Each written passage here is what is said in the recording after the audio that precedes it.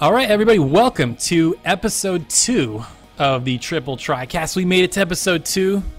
We're here, we're ready, we're rocking, and E3 is just around the corner. So we'll be talking about some of that stuff, a couple Kickstarters, and topic for the day will be, are AAA games sustainable or not?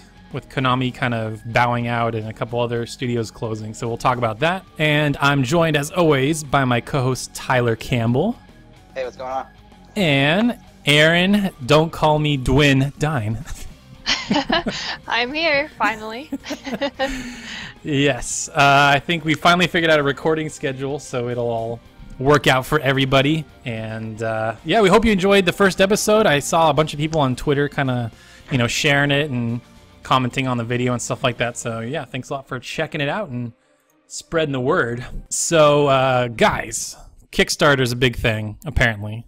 We got this Koji Igarashi guy, father of what we know as the Castlevania games, launched this Kickstarter, Bloodstained Ritual the Night. Last time I checked, it was at like 2 million, or a little over 2 million.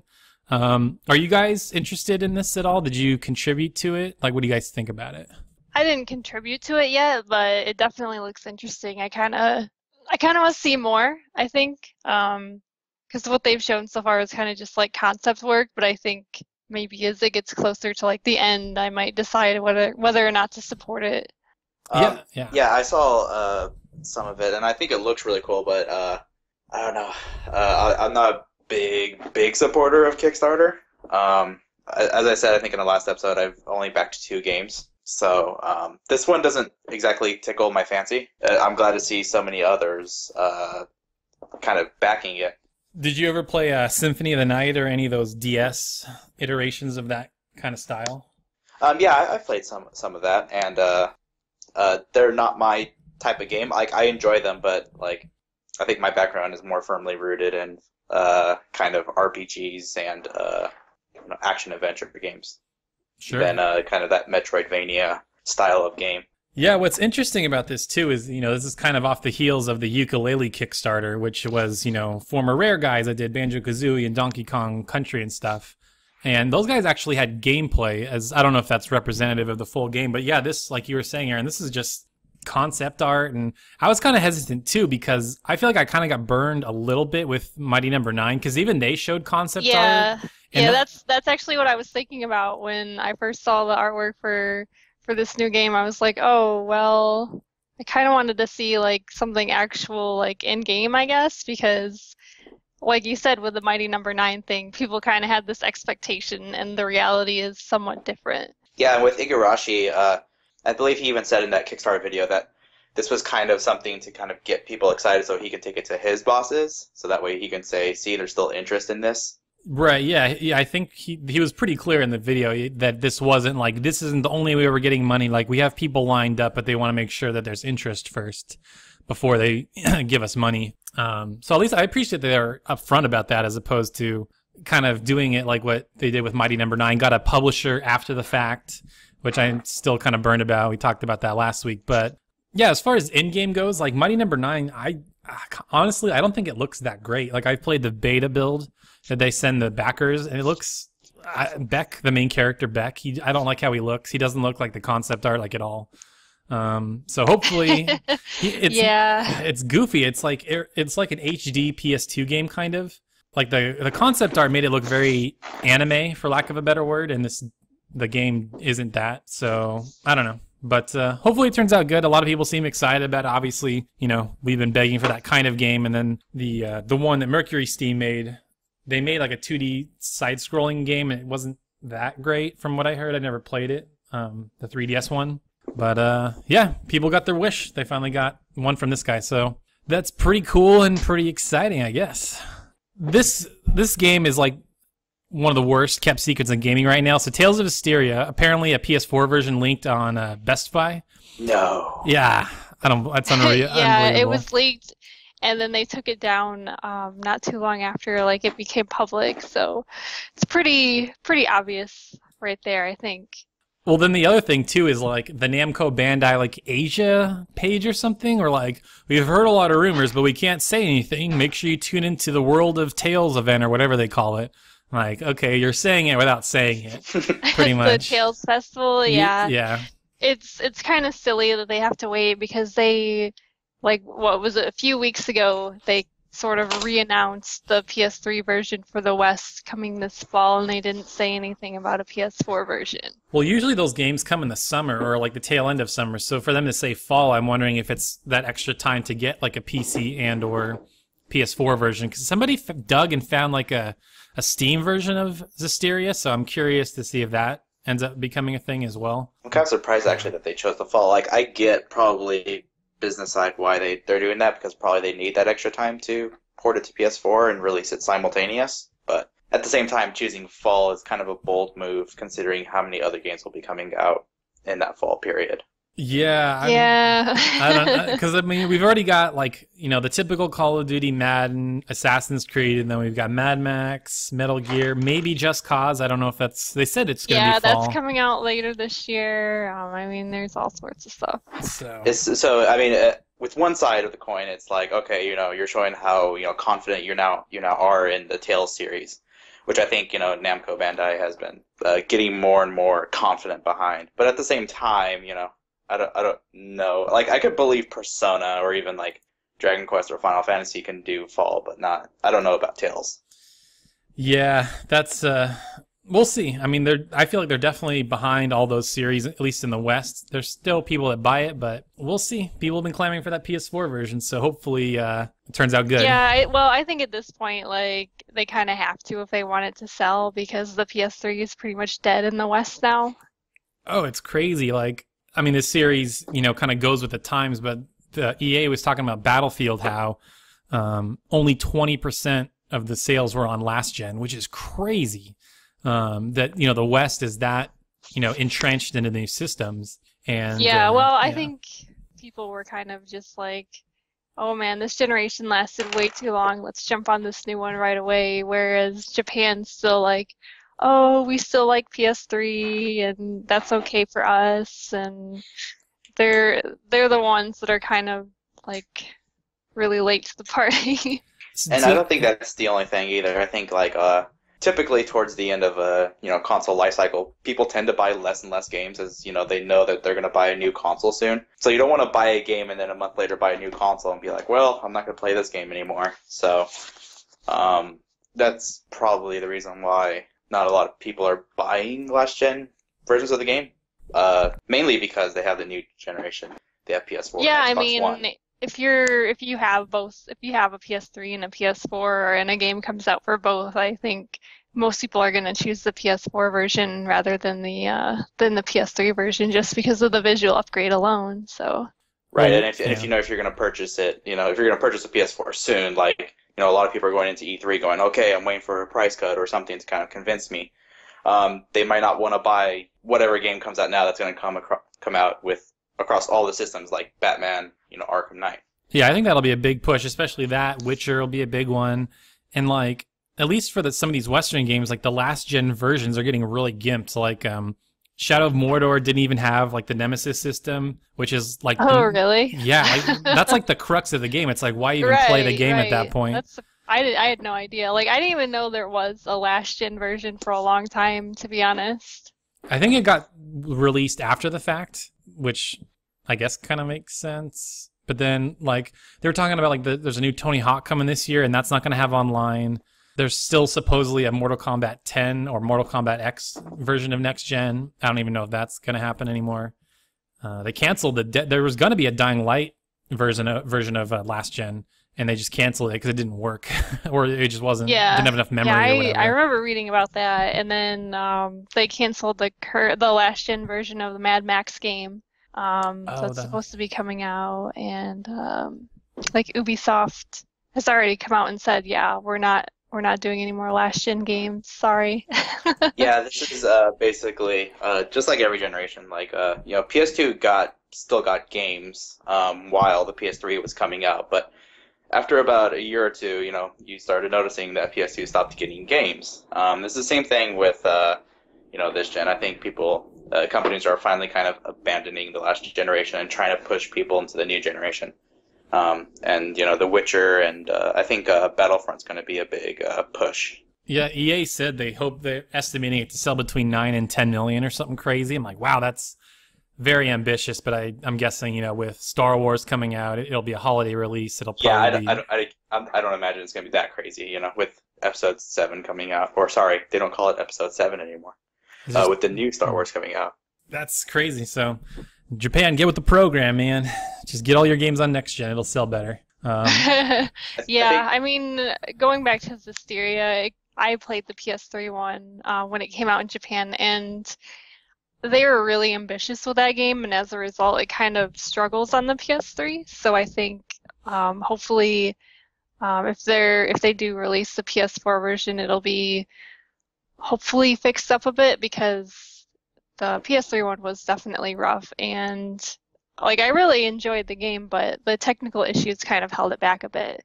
I think Japan's slowly getting with the program. The problem in Japan is that the PS3 is still pretty dominant over the PS4 right now, but there is kind of that, companies slowly coming on board. With Square Enix, Final Fantasy 15 and Kingdom Hearts 3 and Dragon Quest Heroes, all of those are next gen only. That's true. Yeah.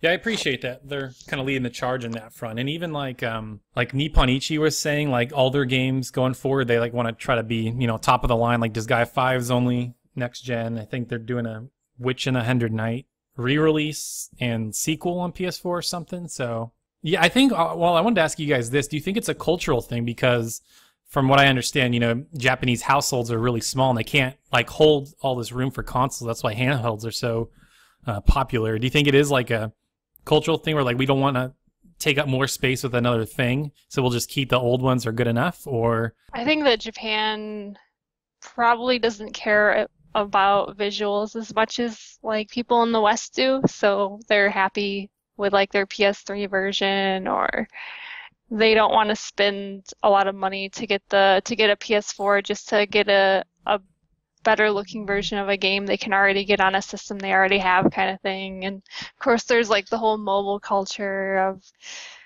Japan getting away from the home console games and playing more on mobile. Right, I agree with Aaron. I think it's more of a fact that I don't think Japan's really got that game yet where it's next gen only, where they're like, oh crap, we actually have to buy the system now.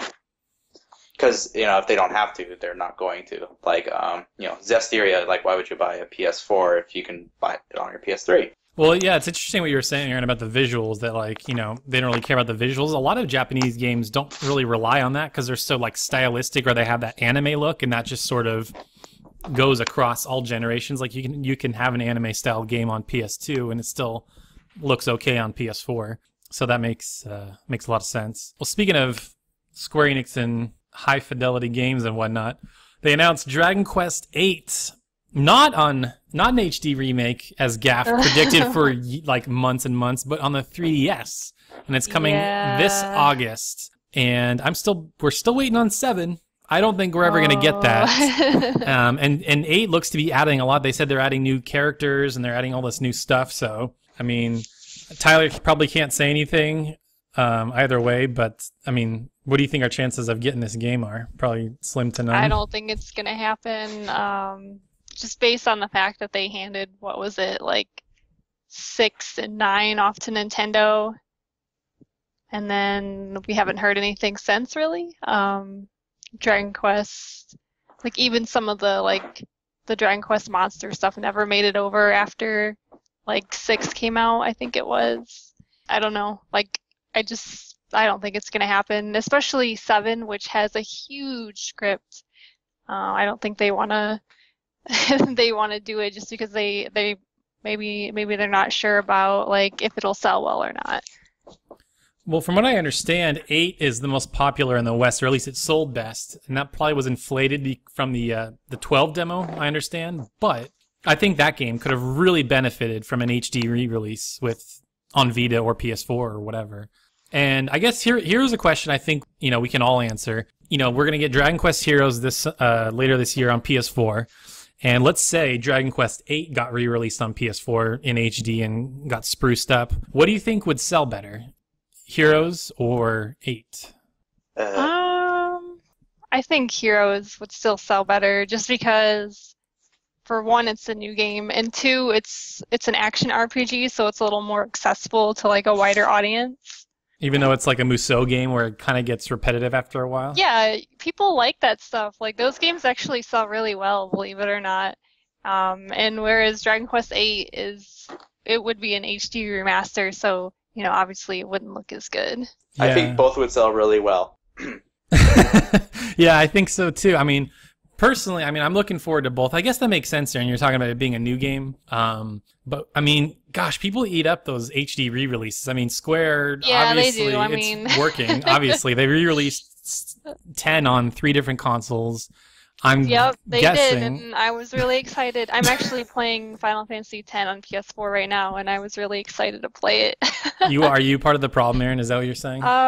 Yeah, but I really want a 12 HD remaster, so I'm hoping that by continuing to support these HD remasters, they'll finally come out and say, okay, we're finally doing 12. You guys, you prove that you'll buy these, so here's 12, hopefully. Well, I feel like we supported all the HD collections pretty well, especially Type 0. That's essentially a re-release. And if I'm not mistaken, I want to say Kingdom Hearts HD, the first one, when it released, it like charted pretty high on NPD that month, if I'm not mistaken. Yeah, both of them actually did really well. So thank you for your support. I'm actually not too surprised though, just because of the popularity of the series and the fact that like there wasn't like an actual Kingdom Hearts release on the PS3 that was a brand new game. So I think people, like fans, were waiting for a long time for Kingdom Hearts to come back to console, and then it finally did, and so it ended up doing really well. Yeah, I'm kind of waiting for the Super Pack on PS4 because it's coming. Like, I started one. Oh, I don't have a doubt. After they announced Final Fantasy X 10.2 HD remaster, I was like, oh. Well then. Yeah.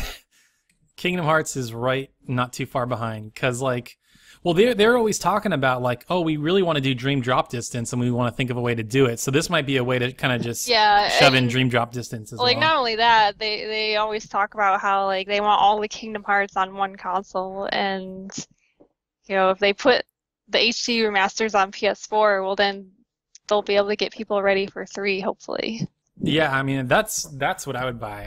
I'd pay $60 full price for that because like I started one on PS3 like a little bit after the fact, and I think I got through like 1 or 2 worlds, and then for whatever reason I just moved on to something else, and then eventually they announced 2. I'm like, okay, well, yeah, I'll just wait and just play them all on one console. Yeah, I played through them actually. The first game, I actually bought the Japanese version because it came out like 8 months before the English release for some reason, and I was like, well, I don't really want to wait. And then I started playing it, and I got to the last area before I was like, oh, I think I'm gonna wait. Just because like I really wasn't feeling the Japanese voice cast for Kingdom Hearts because I really like the Disney voice talent. Yeah. It's like the opposite of what you're usually on about. Like usually you're just like, Japanese voices. Well, I'm pretty sure Disney kind of puts their foot down and says, well, you need these actors in here, and we're going to make sure they sound just like their like Disney movie counterpart. And that's like, as somebody who likes the Disney movies, that's really important to me. So so I'm eventually gonna buy this PS4 version. Do you think it's better to play them in order of story or order of when they release? Because I didn't play a lot of the in between games. Oh, okay. Well, at this point, it might be better just to play them in order of story. Differing opinions. No, I totally disagree. Like, it should totally be for multiple reasons. One, like it should be like I believe it should be played in release order. One, because the systems get better and better as they go, and two, there's like certain things that don't connect, like especially in Birth by Sleep, without like knowing like the first story. Like playing through Kingdom Hearts 1, you'll get a bigger impact of the story in Birth by Sleep, and vice versa.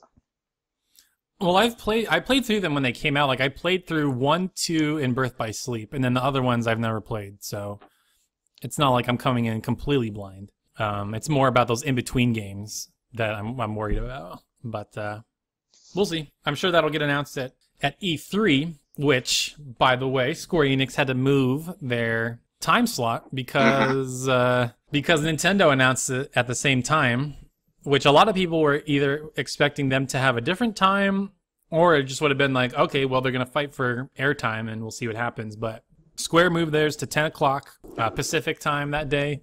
Yeah, which actually is kind of funny because now it's at a time where press can actually go to Nintendo's booth early before the show opens. So they kind of, I don't know, they're kind of stuck in between a rock and a hard place a little bit there. But at least people at home won't have to like decide between the two anymore. Yeah, it's true. You'll be able to watch both. And yeah, I don't know how much Tyler's going to be able to say, but I'm kind of we're going to have to agree to disagree here, but I think I'm of the mindset that's sort of always been Nintendo's time slot. I mean, everybody's kind of kept the same time slot. Yeah, I mean, for a long when they time. Used to do like their actual conferences, that was their time, and then like the last couple of years, they've done the direct thing at that time. Mm-hmm. So I was sort of like, does Square not know, or they don't? I mean, I guess. I don't know. They, like I said earlier when we were talking, in 2013 when they had that Future of Final Fantasy press event, it was also at the same time as a Nintendo thing, so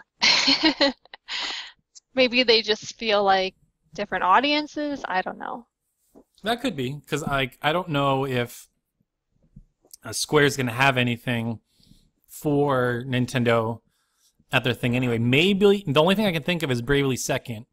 And I don't know if maybe I'm thinking of maybe... Even I'm kind of hesitant about that, even though the first one did well. But I mean, we haven't heard anything, so who knows? That's true. That's what E3's for. You never know. Big announcements could happen.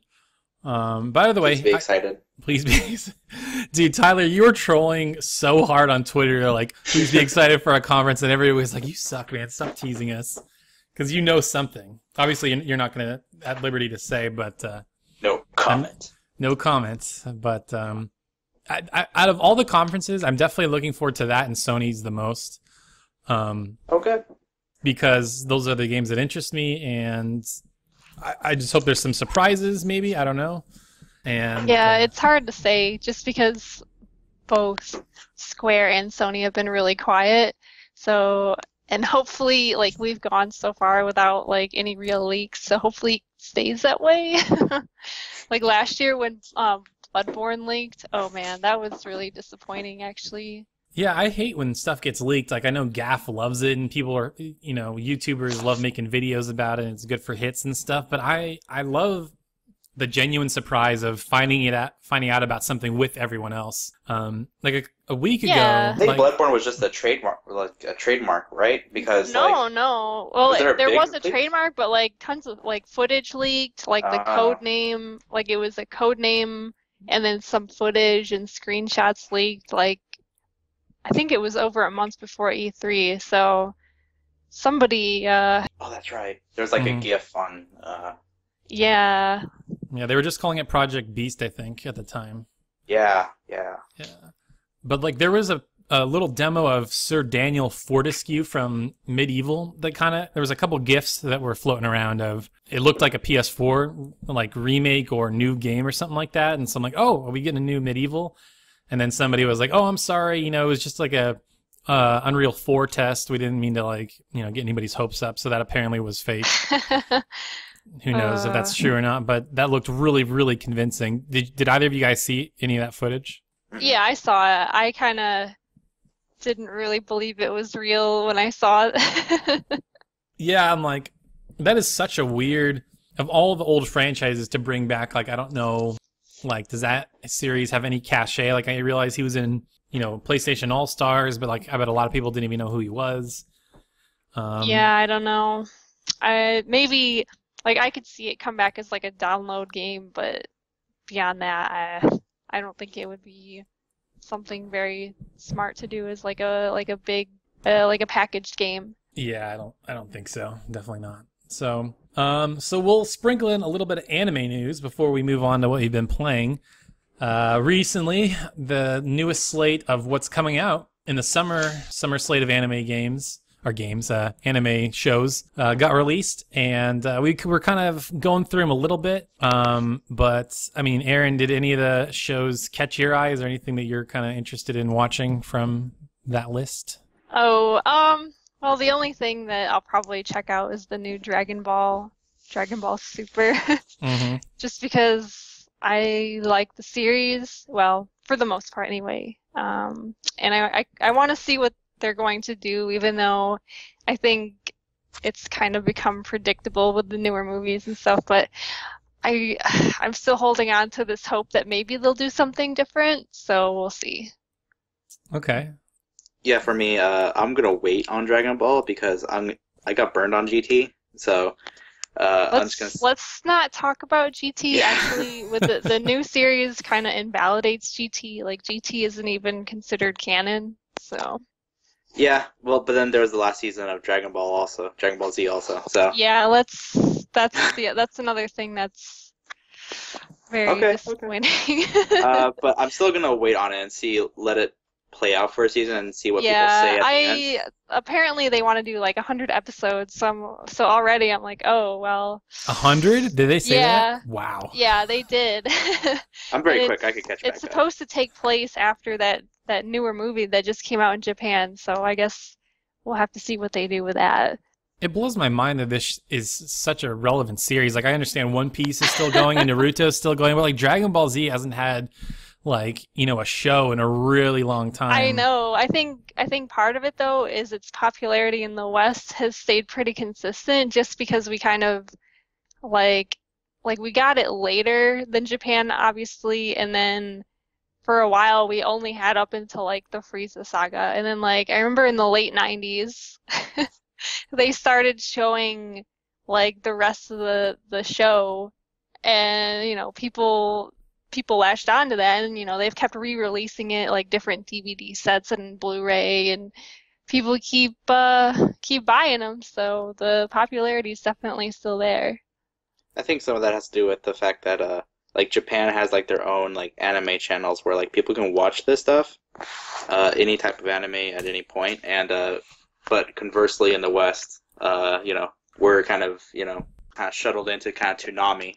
So like whatever Toonami plays is usually what gets popular. So then you got like your Naruto, your Bleach, your Dragon Ball, and Dragon Ball's just held on for a really long time because there's not really. It's kind of like if I were to equate it to something, I guess it's kind of like Star Wars, which even though they did the prequel movies, that's basically 10 years ago now, and we're finally getting another movie. But I mean that's still a long time.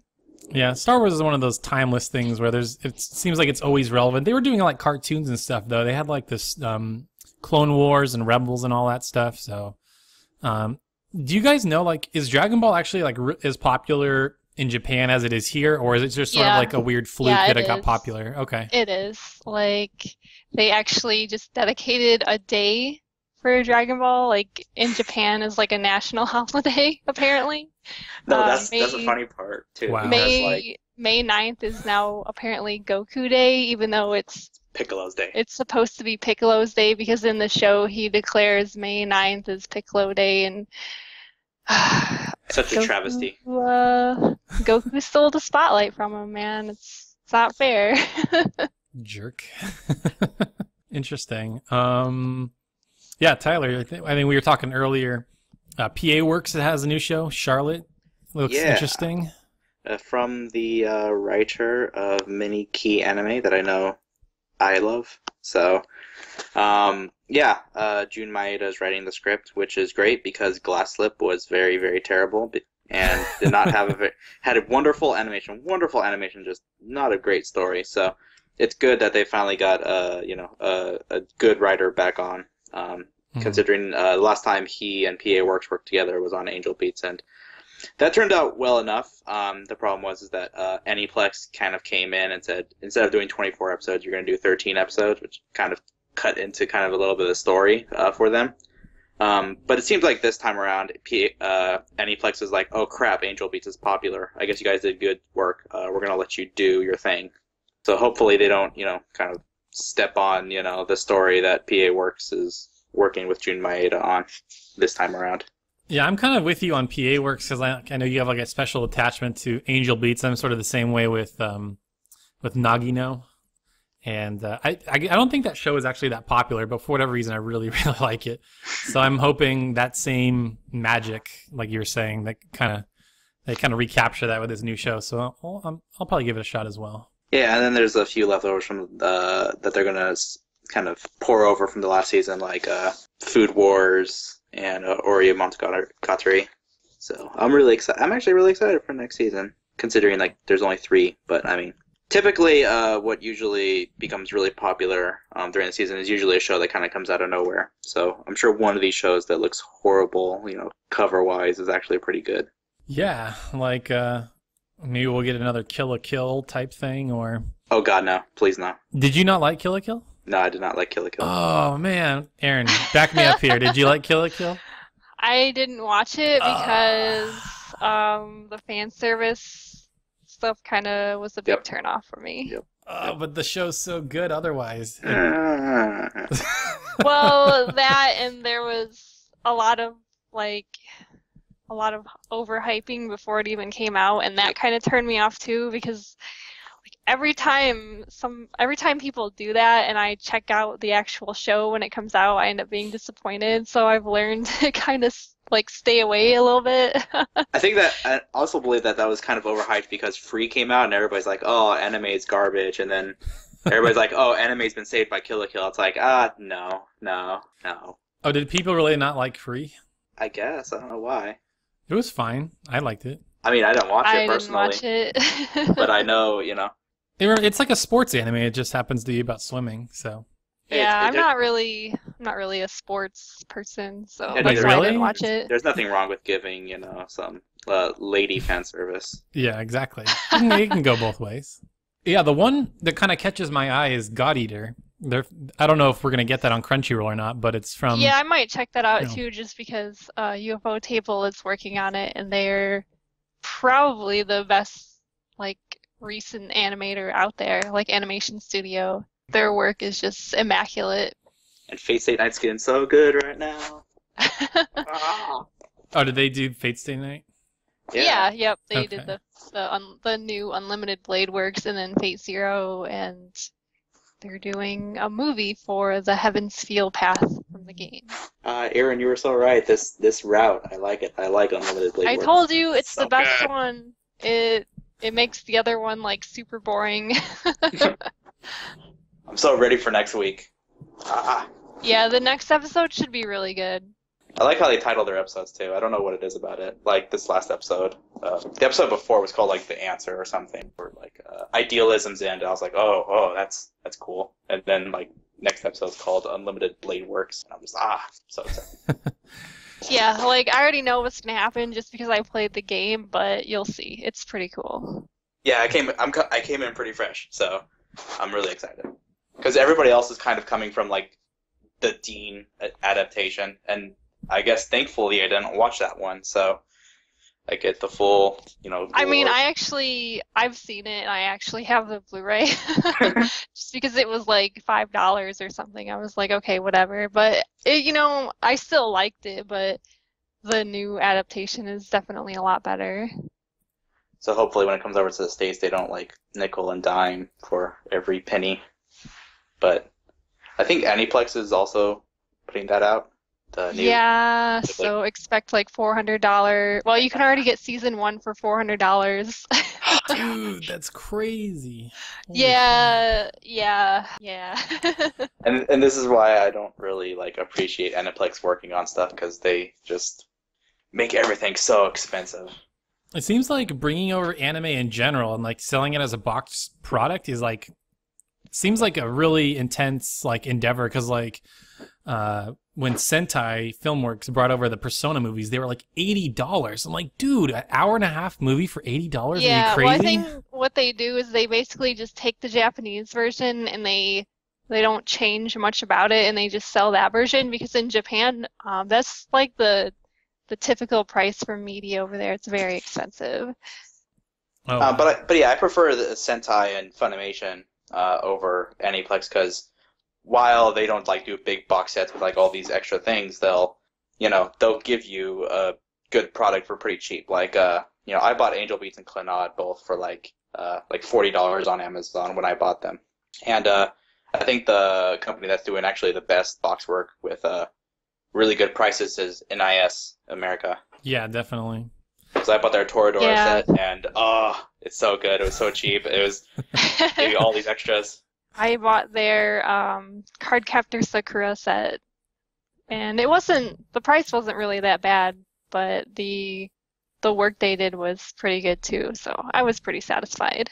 Yeah, they with Toradora they got like a really good, like really high production with the dub and everything. I was really surprised because I was like, the dub's gonna suck, because more often than not I prefer the Japanese. But when I got Toradora, I was like, they got some pretty good people here. Yeah, I was actually pretty surprised because usually NIS, they sort of use the same wheelhouse of voice actors and stuff when they do their games. So I was like, kind of surprised. I just hope one day somebody somewhere out there, except Aniplex, does Hyoka, because that would be awesome. Well, the thing about Aniplex is what they do is like right away they'll release what they call the import like Blu-ray releases, which is just basically the same thing that Japan's getting, and then later down the line they'll do like a repackaged version with like the dub and at a cheaper price, but you have to wait like quite a while for their stuff. Well, let us move on to what we've been playing and or watching. Why don't we start with you, Tyler? What have you been playing and watching since the last episode? What I have been playing and watching. Well, I've been actually bringing my Vita with me to work now, so I've actually been trying to play some Freedom Wars and some VLR again, because Aaron talked about it so much last episode. It's so good.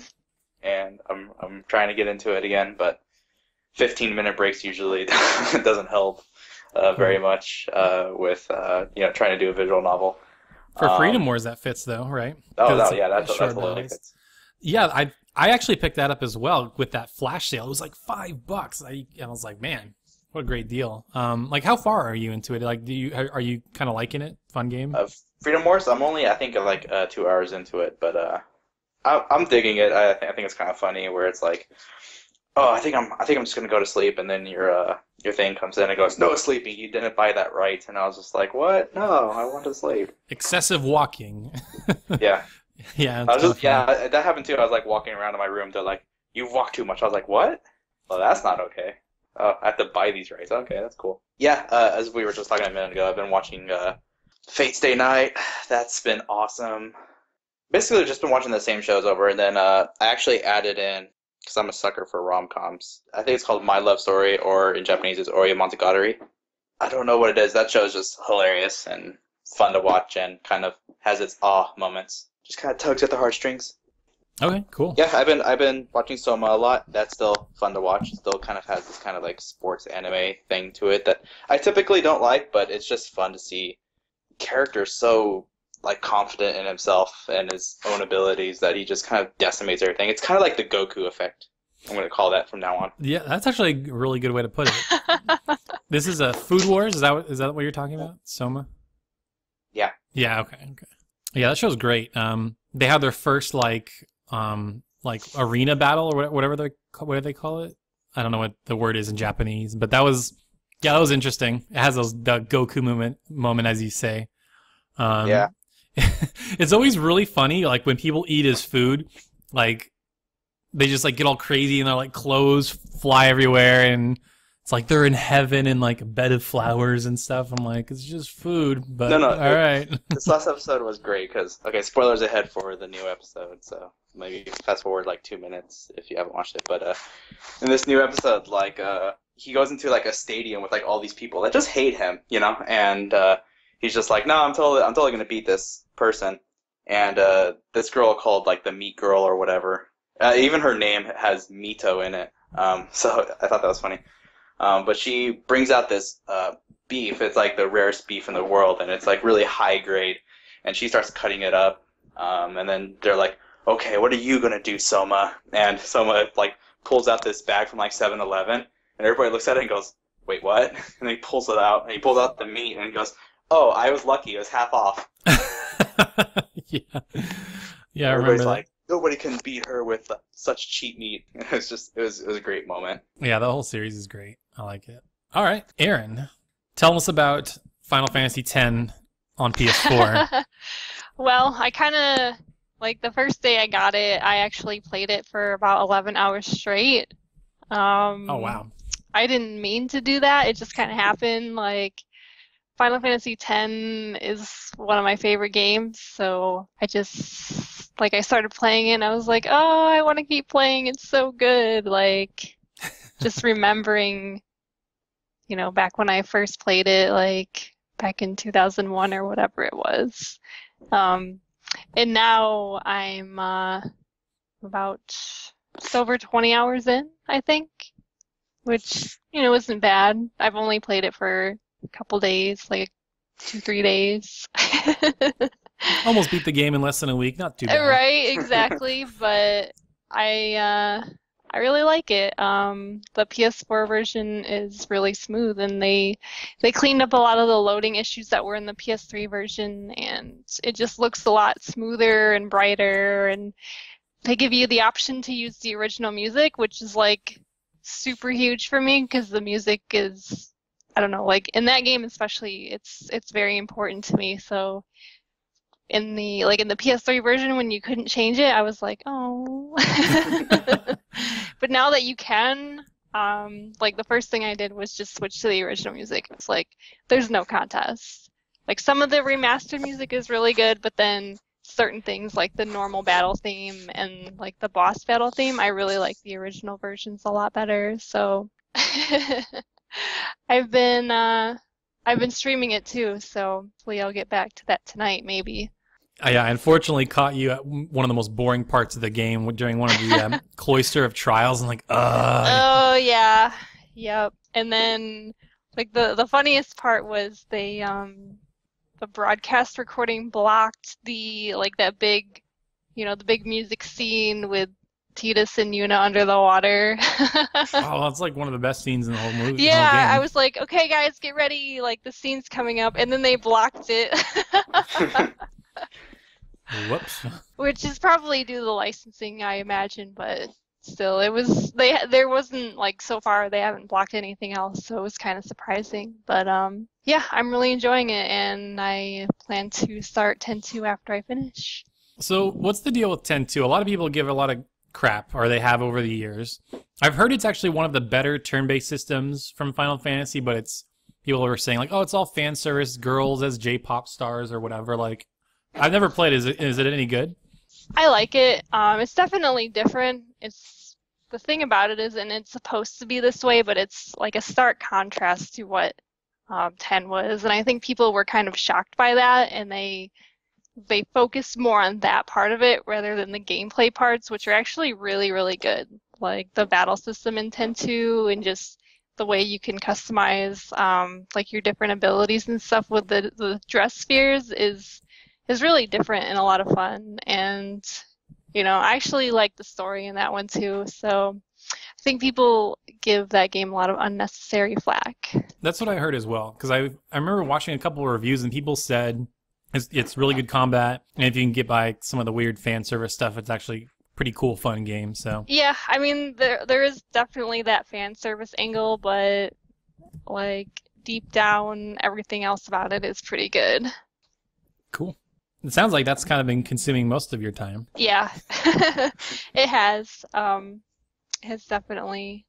Of course, I pop into Final Fantasy 14 once in a while to see what people are doing on there, but it's mostly been 10. Okay, cool. I'm sure you've been watching more Fate Stay Night. Yeah, that's like the main thing, and then I've been trying to finish my rewatch of Yu Yu Hakusho. I'm like at episode 100 out of 112 or however many there are. Jeez. And I've been trying to rewatch it over like the course of a month, and I finally yesterday just kind of sat down after work and watched a few more, so hopefully I can finish that up. Sounds good. Yeah, we were sort of talking about this before it started, but I got to play the test fire for Splatoon. You guys with no Wii U's, you're missing out. One of the coolest games. Sure. It's interesting. I wish they. This is one of the weirdest betas I've ever seen because it was like, okay, from 4 to 5, we're gonna let you play, and then like the next day at like from 8 to 10 or whatever it was, I forget the time slots, as opposed to just like, all right, from Friday to Monday morning, we'll let you play. I don't know why they chose those specific times and why it was only those windows, but anyway, it seemed fun. I really, really love what they're doing with the art style. Like, I can't get enough of Splatoon fan art. Like, I'm sure anybody that follows me on Twitter will have seen that. I've been posting a ton of GIFs and links to Splatoon stuff, so I really like that. Looking forward to playing that when it comes out in a couple of weeks, so hopefully this next test fire lasts a little bit longer so we can kind of get a better sense of what it's like. But yeah, like you, Tyler, I picked up Freedom Wars on the flash sale that the PlayStation Network was having. Yeah. I figured in like $5, you can't really go wrong with that. I really love what they're doing with the world, how the game looks, and the music. I'm like, this game would look amazing on PS4 because I'm like, I was really shocked at how good it looked on Vita. I'm like, the art style really, really fits on Vita. It kind of, they're able to sort of showcase that in a cool way. And I've only done like really the first mission, but I really like how it kind of takes an Attack on Titan feel a little bit because you have that like thorn grappling hook thing where you can kind of fly all over the place and then you're like chopping off arms of these giant like robot things. Like, do the missions get a little bit more intricate as it goes along? Because like, I have a feeling this is gonna be Monster Hunter all over again, where it's gonna get boring really fast. I heard the missions do get more interesting, but I mean, like I said, I think I only got like an hour in, and I've only played a few of the missions, so I'm still kind of adjusting to the systems. Okay. But it is kind of cool. It reminds me a lot of God Eater in a way, where you have like a melee weapon, but you can also use a gun. So hopefully they're able to kind of do some cool stuff with that. But yeah, I like what they're doing with that. And another Wii U game you guys are missing out on is Mario Kart 8. I picked that up with all the DLC. Super fun. Trying to get all the 3 stars. Had some friends over the other day. We were having a great time playing as Isabelle from Animal Crossing, and we got the new F-Zero level. Can't go wrong with Big Blue music. But you and your Wii U. Yeah, it's good. I mean, I'm kind of waiting for Batman, so there's not a whole lot to play. So I'm like, all right, let's dig back in that old Wii U backlog. So yeah, getting some use out of that thing. And then yeah, I've been watching more Food Wars. I've been really liking that. I'm trying to think of what else. Nesekoi is getting interesting too. I've been watching that. That's a fun one. Did you watch the most recent? I did. Okay. It's about time that they got away from what's her blonde stupid face. Blonde stupid face. Yes, blonde stupid. That's her name. Did he finally see the locket thing or whatever? No. It's never gonna happen, and it's kind of like the Attack on Titan, like, when are they going to get to the basement? Yeah. Oh, look, they still haven't got to the basement, you guys. You know what? I just accepted. That basement. I cry a little bit on the inside, but I just accept that that's just not going to happen, and this is not that series, and I'm not really watching it to see who wins out at the end, because, to be honest, nobody's going to win, because the show's never going to end. Or, at the very least, the manga will never end. Or he'll just end the show with like, "Oh, you're all my best friends. I'm not gonna choose any of you." Like it's gonna end like that, so it doesn't matter. Yeah, I hate that. Well, here's the thing. What I really loved about Shuffle, which I think we talked about in the first episode, was that it does have an end. Yep. There is a girl that he picks, and it ends, and it's like, okay, great. Like, why can't every show do this? As weird as that show is, at the very least, it got to its conclusion. It's like, yeah, this happens, and it's like, oh, okay, thank you for giving me at least some closure.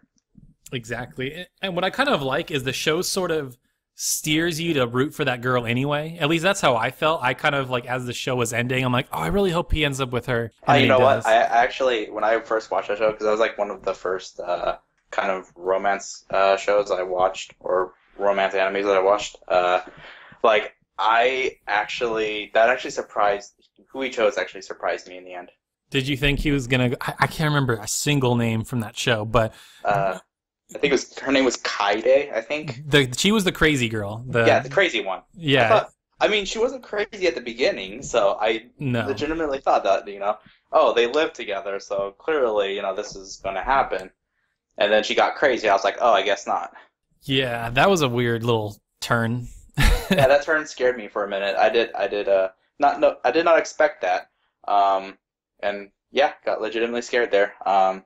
And think about that now actually is giving me some school day vibes now that I think about it. So I went and looked up School Days. Oh, no, you didn't. And oh dear. Oh my god, what the fuck? What is even that show? Because it starts off like a normal. Like you think it's gonna be one thing, and yeah. Dude, you think it's gonna be this boring rom-com, and you're like, all right, cool. And then only 3 episodes in, you're like, okay, so the main character's a dick, whatever. And then by the end, you're just like, what is up? What's going on? I don't want to watch this anymore. Yeah, that took a real dark turn. Yeah, it took a very, very dark turn, and I'm a little sad on the inside from it. Yeah. So Aaron, is the reason it's banned is because of how horrible it turns out to be, or is it because people overuse it as a joke, or people both? overuse it as a joke, and so you get these unsuspecting people looking for legitimate recommendations who will check it out, and then they'll be like, oh well, now I'm scarred for life. Yeah, I ended up watching that last episode you're talking about. I just looked up Nice Boat, and I'm like, what the hell is even happening? This is so weird. Oh, did you watch the uncensored version or the censored version? I don't know. It was pretty brutal. I can't imagine what the uncensored version was if that's not what I was watching. I watched the uncensored version, and I was not expecting anything. Yeah. I was so unsuspecting. I was so innocent back then. You didn't know better. I didn't. Now I've seen I actually remember when that came out, when it was airing, and people had no idea. Yeah. So what happened? I think the censored version. What happens is half the episode is literally a picture of a boat, and it just says "nice boat" on it, and you just hear everything in the back. Yeah, you just hear everything in the background because I actually did some research after because I just wanted to see what the heck was going on. Because everybody's talking about Nice Boat, and all I remember was the boat that the crazy girl was on. They're all crazy, but just the craziest girl was on. And I did some research, and apparently what had happened is when they were about to air that show, there was actually a murder that happened where somebody kind of did some horrible stuff, and it was almost like the show. And so they decided to censor it, so half the episode was just literally a picture and that said "Nice Boat" on it. Weird. Well, I'm not sure how to transition this, but we're going to do it abruptly. So there's this company called Imagipoc. I'm not going to pretend to know how to pronounce it. We talked about it earlier. It's Image Epoch. Image Epoch. Well, there's 2 E's, and they're not separated. Yes. It's just one word, so it throws me off there. Yeah. We're booing right now, Taylor. Image Epoch. They filed for bankruptcy and for all intents and purposes are probably going to close. And they are most notable, I think, for Time and Eternity, which some people liked. I was not one of those people. And that just sort of, for me, maybe I'm just growing old and cynical, but here's kind of our topic and what I wanted to pose to you guys is, are games becoming too expensive to make? And they closed down, and Konami's pretty much saying we're going to go all mobile. They were saying, we've had a bunch of financial reports come out in the last couple weeks, and one of them for Sega, they said Alien Isolation sold 2.1 million, wasn't good enough. And even in years past with Tomb Raider and all that, it wasn't good enough. So Tyler might have the best insight of all of us, but are games becoming too expensive? And, as games look better and better, is it just unsustainable where what we expect it's just not, we're not going to get that in return for sales? Is it even a business that makes sense? I believe that games have always been expensive to make, and I think this is more of a fact that studio closures are more publicized now than they were back in the 90s or early 2000s. I don't know. I completely think that the AAA industry is sustainable. I know a lot of people don't think so, but I believe so. the AA has definitely fallen away in place of the indie rise, which I think is really, really great, because if nothing filled that void, then I think a lot of people would have slowly started going towards the mobile market. This is kind of the nice in between to kind of get people to stick with consoles and whatnot.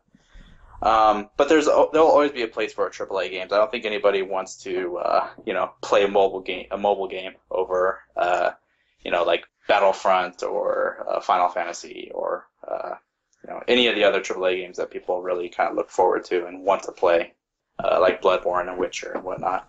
Oh, absolutely. I'm definitely one of those people. Like, and I won't say who, but I do work for a mobile company, and I feel like my soul dies a little bit as each day goes on. Especially recently, we had like the head of studios come around and like talk about our vision, and just some of the stuff that they were talking about was just disgusting. Like how they wanted to like milk more money from people, and like the way we were gonna do it. I was like, oh my god, what am I doing here?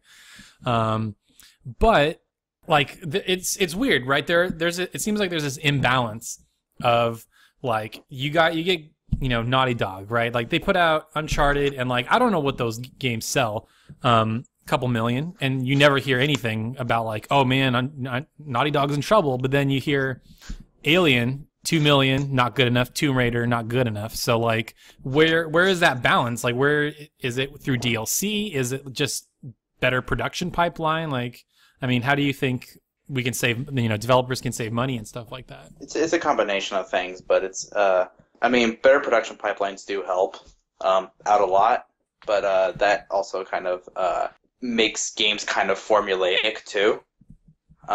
Because see Assassin's Creed. Yeah, you have this amount of time to come up with this vision, and you have to do it in this amount of time. It has to be out at this point. That's a good business plan.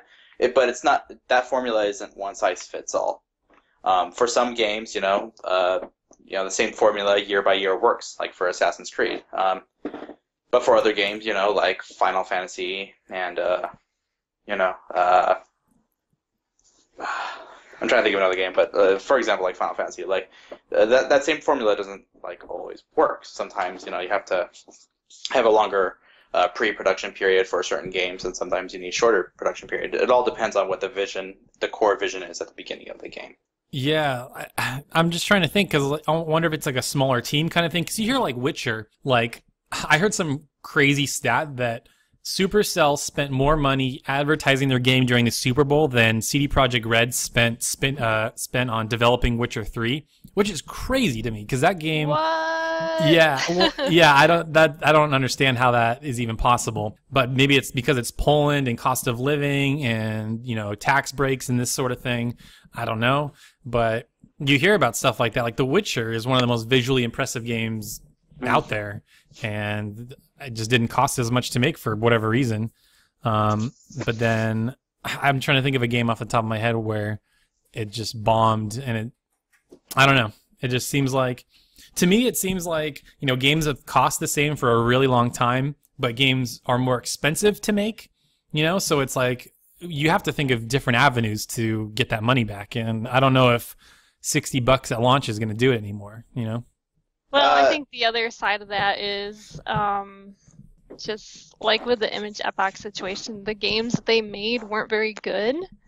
So, if you make a game that's not good, people aren't going to buy it. Or if you make a game and a lot of people do buy it and it's not good, then they're not going to buy the next one. So there is that sort of thing going on. Like, their games really were built toward a super niche audience, and I think that kind of did them in a little bit. Yeah, if you're putting a AAA budget into a niche title, it's probably not going to turn out very well.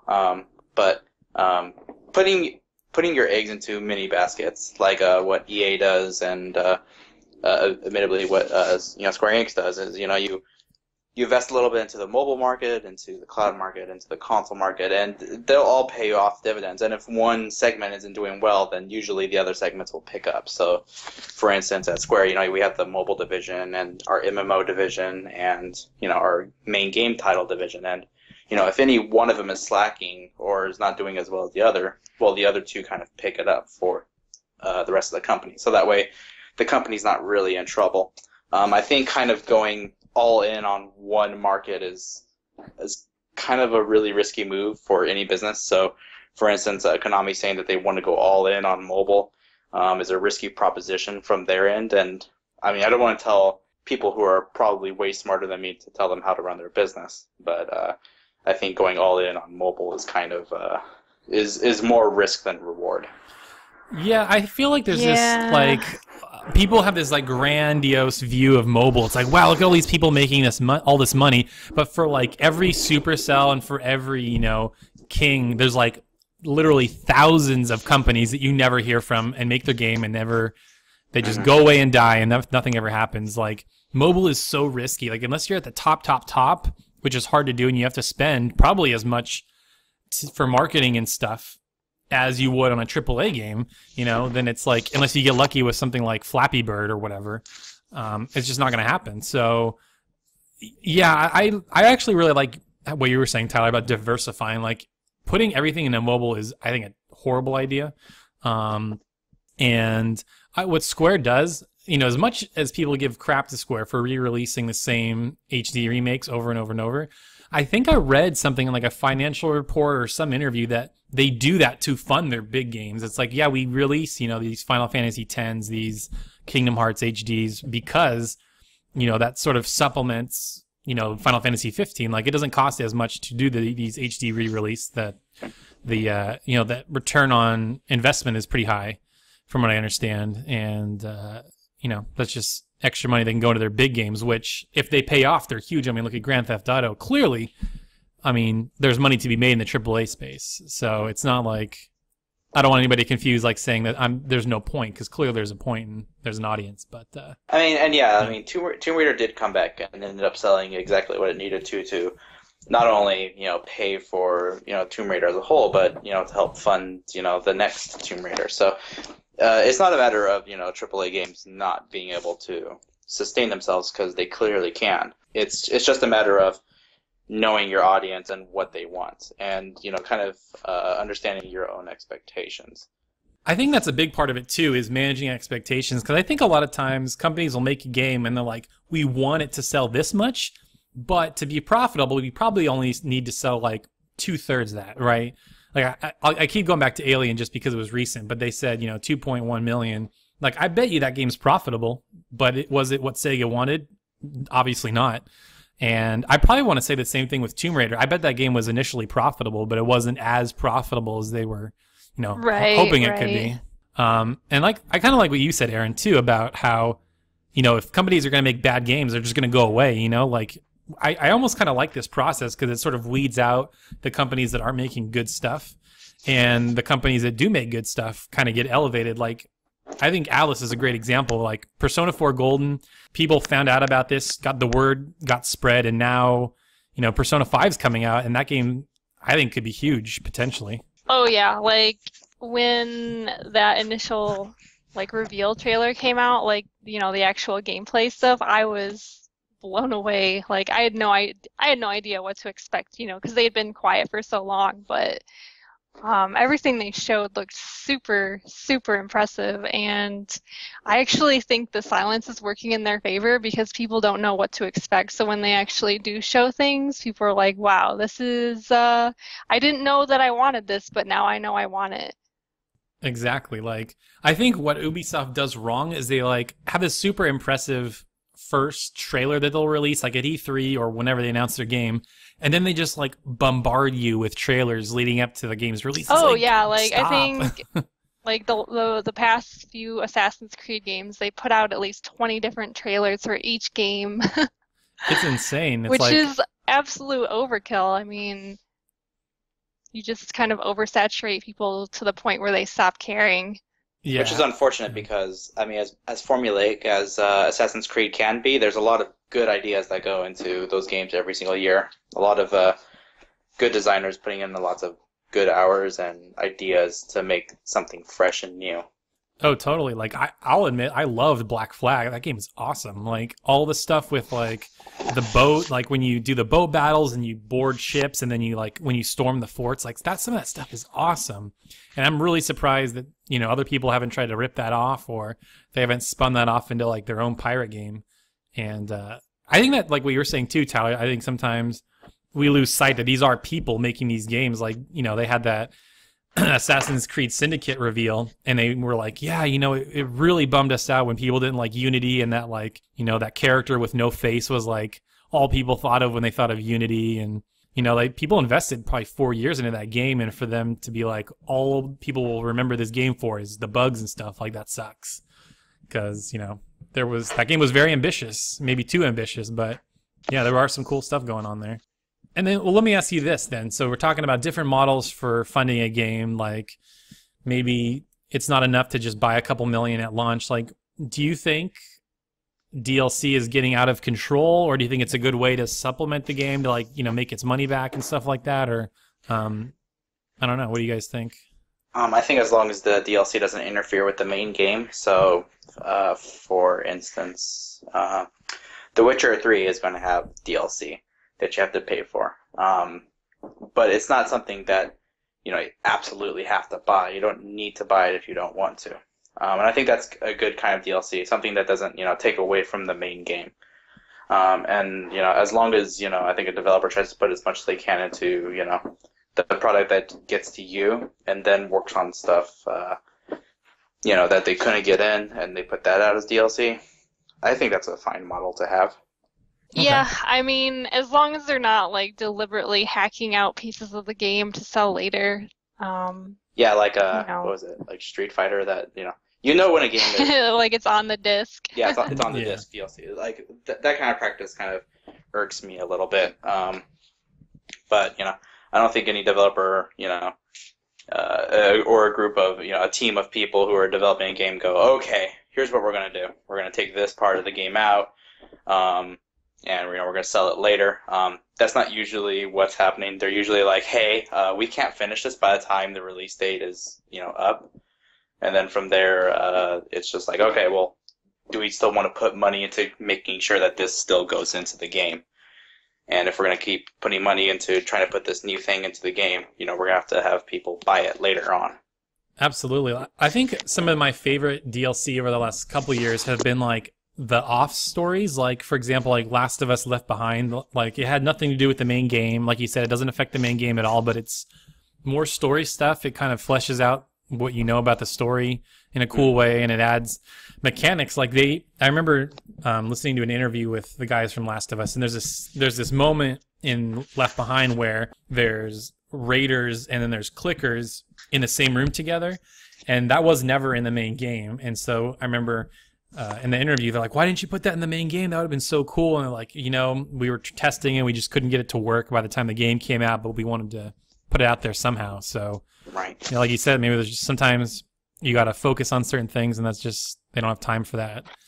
But that's what I expect from Naughty Dog and from, like, PlayStation at large and Nintendo, is that they'll wait, and they'll make sure that the games test well and make sure that, there's not a abundant amount of bugs. And I think that's one thing that makes people very apprehensive from day one.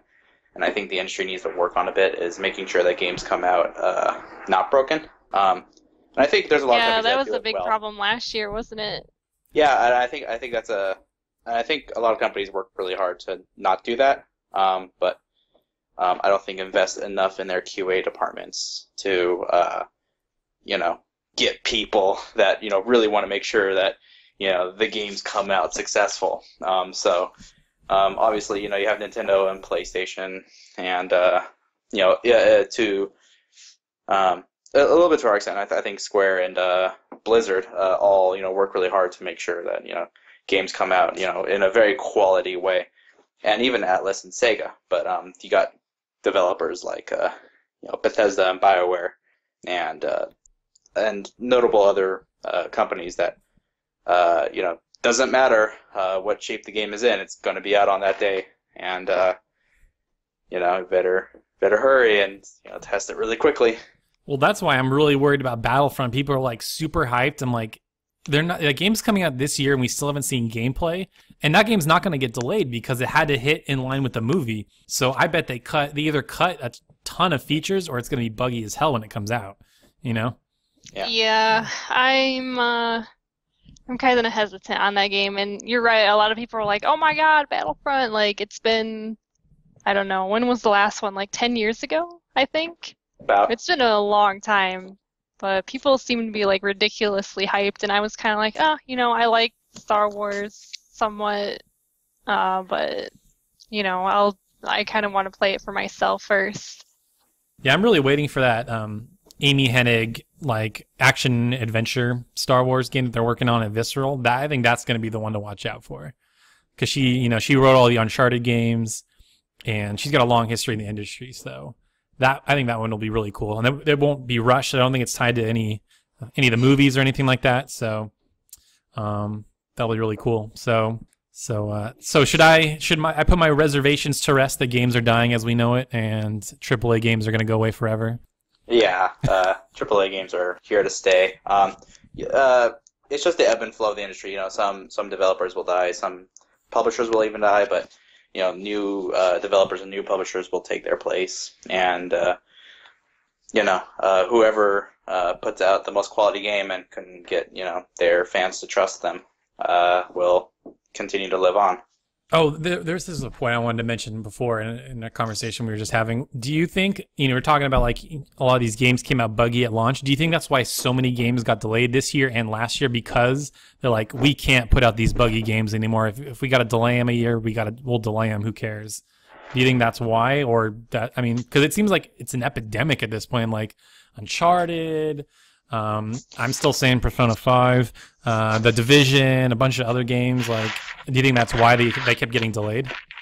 Yeah, usually that's part of the reason why games will be delayed. It's because they want to put out a product that works on day one, and not something that they have to constantly fix over and over and over again. Yeah, that's probably one of the reasons. Developers work really hard to kind of hit their deadline and to make sure that the game comes out, the way it's supposed to be. And I think the industry at large is trying to work really hard to make sure that the games do come out in quality. And I don't know, some companies might need to invest more in QA. Well, I wonder if it's a problem because games are more complicated than ever. I remember at the PS4 reveal, they talked about this time to triangle thing where, you can get your game running up in a couple months as opposed to a year with PS3. And everybody's like, yeah, it's going to be easier to develop games more than ever. But do you think because games are afforded so much more memory with, PS4 and Xbox One, that they're getting more ambitious and that's why it's taking longer to finish them? Or, I don't know. What do you guys think? I think it's maybe a little bit of both. You're still getting your sequels and stuff, but I think a lot of companies are trying to branch out and do new things too, and that's the part that's actually taking long. So that's why I think we're seeing a lot of remasters and stuff, kind of while the companies can make some extra money while they're making these new projects. Yeah, that makes sense. I think that's probably why we are getting all these re-releases and stuff, which is fine. You got to fund your new game, right? And that's an easy way to do it. Just port them over from last gen. And there's still a lot of people that didn't play some of those games, like Sleeping Dogs and Devil May Cry and all that stuff. So just gives them a second life and whatnot. So, but yeah, E3's in one short month. I think it's exactly 4 weeks from today. I could be totally wrong. It's yesterday would have been exactly a month, but yeah. Well, because the Bethesda's doing theirs on Sunday, right? 1, 2, oh, yeah. 3, so, 4. If you want to get technical, everything starts on 14th, and then there's the 15th press conferences, and then Nintendo and Square on the 16th, and the 16th is when the show floor opens. Okay. Got it. Yeah, so speaking of AAA games, that's where we're going to find all about it. And I think on the next episode in 2 weeks, we'll do an E3 special. We'll talk about we've all gone to E3. You guys have both gone to E3, correct? Yep, I've been there since 2011. Perfect. All right, well, we can talk about E3 memories and predictions and all that. So next episode, all E3, because by the time we would have recorded next, E3 will already be happening, so that will be weird. But yeah, I think I saw the back of Aaron's head once at E3. All right, cool. Well, guys, yeah, it was a good episode. Thanks again for listening, and yeah, we're trying to do some like community questions, but fortunately we didn't get any this week. But if you have questions for us, definitely, you know, either reply in the comments on the video, or you can hit any of us up on Twitter. You can find me at Taylor's Shelf, Aaron Van Dyne, and Tyler for Aaron, and then Tyler, you can find him at Shaiko Ninja. I'll have him up on the screen for sure if you aren't sure how to spell those. But cool. Well, thanks for coming back again, guys, and we'll talk again in a couple weeks. All right. See you guys. We'll catch you later. All right. See ya.